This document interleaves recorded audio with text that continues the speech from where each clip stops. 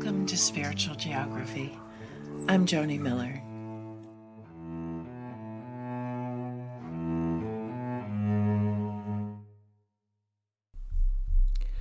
I recently saw a clip of a preacher talking about how he only looks to the Bible for truth. He believes the earth is 6,000 years old, in contrast to most scientists who peg the Earth's age at over 4.5 billion years old. This pastor says he rejects any evidence that disputes the Bible. He doesn't even consider contradictory information. I would modify that slightly. He is rejecting anything that doesn't match his particular interpretation of the Bible, with opposing information bouncing off him like a red rubber ball on a playground asphalt. Now, you might be thinking, well, those people are like that, religious zealots, but that's not me. I suspect that we are all like that in some aspect of our lives, in some part of the worldview we carefully constructed from our lived experience and knowledge. Think about this for a moment. That preacher's belief in the Bible as the only source of truth was constructed by many, many different things in his life. How he was raised, his family, and the community around him, what kinds of experiences he had, how many different perspectives he was exposed to. Were doubts allowed, or was doubting somehow seen as not being holy or righteous? All of these things and many others factor into the way we each construct our understanding of the world and other people. We have our own understanding of the way life works and the way people should and should not behave, what people should and should not think or believe. And we each reject information that doesn't fit with what we already believe. Our brains help by shutting down our ability to reason when we're confronted with incompatible data. This could be about religion or politics or any hot-button political issue, abortion, immigration, gun control, or climate change. Sometimes we're extremely passionate about what we believe. But what are we missing in our passion? We can easily discard pertinent information and good data points in our unconscious quest to hold on to our existing beliefs.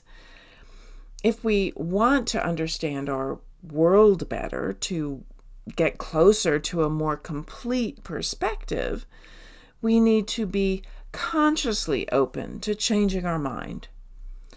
It requires great vulnerability to say, I see things differently now, or I was wrong before and now I know better. This is tantamount to saying, I made a mistake, which are words far too rare to hear in our society. In those moments of vulnerability, we become like a dog who rolled on its back, exposing his belly to be rubbed, trusting that his human friend will pet him and not do something to hurt him while he is in that exposed position. The longer we've held a belief and the more we've made that belief part of our identity, the harder it is to change our mind, the greater vulnerability that must be expressed to admit our thoughts and beliefs have evolved. Let me give you an example about money to show the point. If you buy a lamp for $5 at a yard sale and later decide it doesn't go with your decor, it's easy to say, what was I thinking? That lamp doesn't work in this room. But if you buy a $500 lamp at a high-end store that can't be returned, and you bought it even though those around you said it wouldn't work in the room, and that this non-returnable purchase was a bad idea, you've invested more money and more of yourself, your opinion and your sense of taste into your decision. Then the same thing happens. You bring the lamp home and it doesn't work in the room. Do you easily admit the $500 lamp was a bad choice? Can you see how much easier it would be to admit a $5 mistake versus a $500 mistake? Sometimes we may even slowly redecorate the rest of the room to match the lamp rather than admit an error in judgment. For issues bigger than a lamp, things like religion or politics or any hot button issue, we may reorder our lives rather than admitting we were wrong or that we changed our position.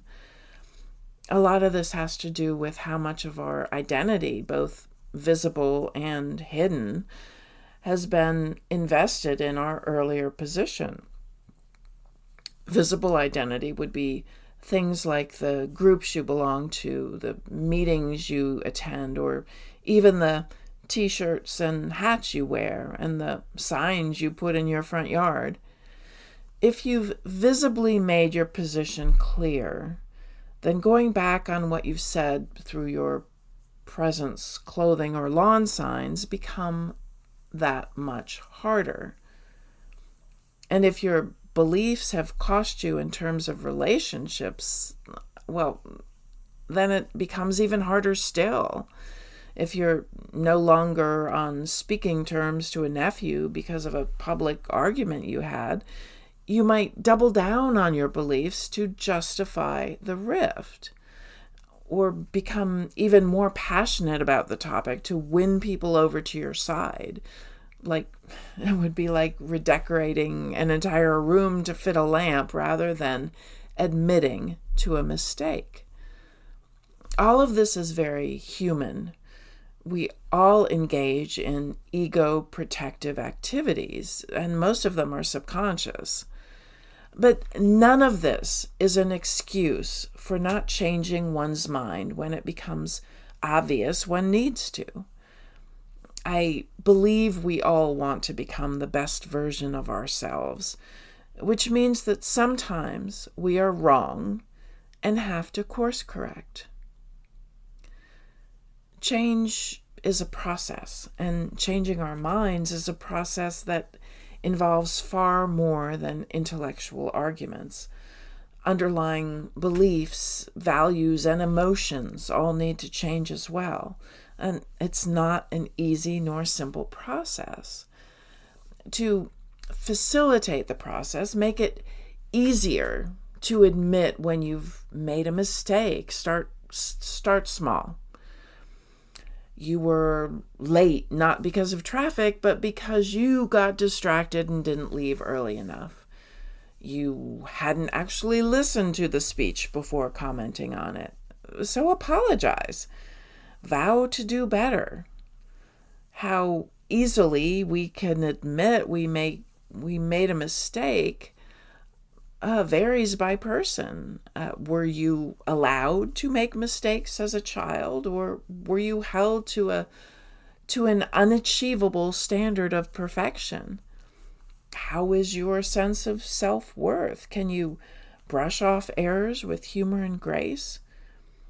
You can learn to go easier on yourself, and when you go easier on yourself, you can also go easier on others. Allow ourselves and everyone else the grace to be human, imperfect, changeable. When someone starts expressing doubts about something or says they made an error, they are being vulnerable.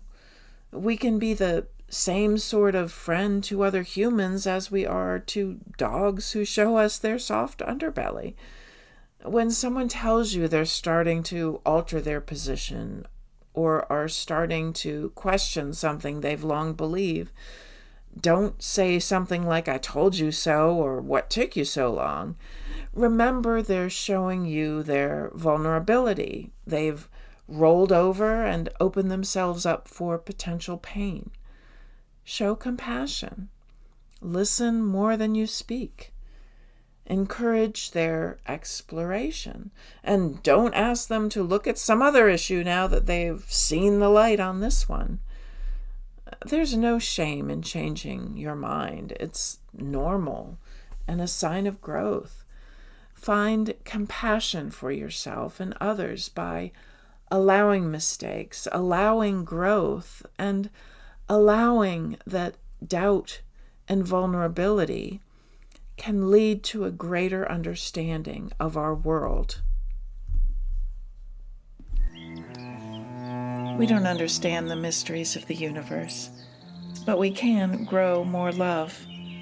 Love for ourselves, love for others, and love for the infinite mystery that lays beyond our understanding. Thank you for tuning in.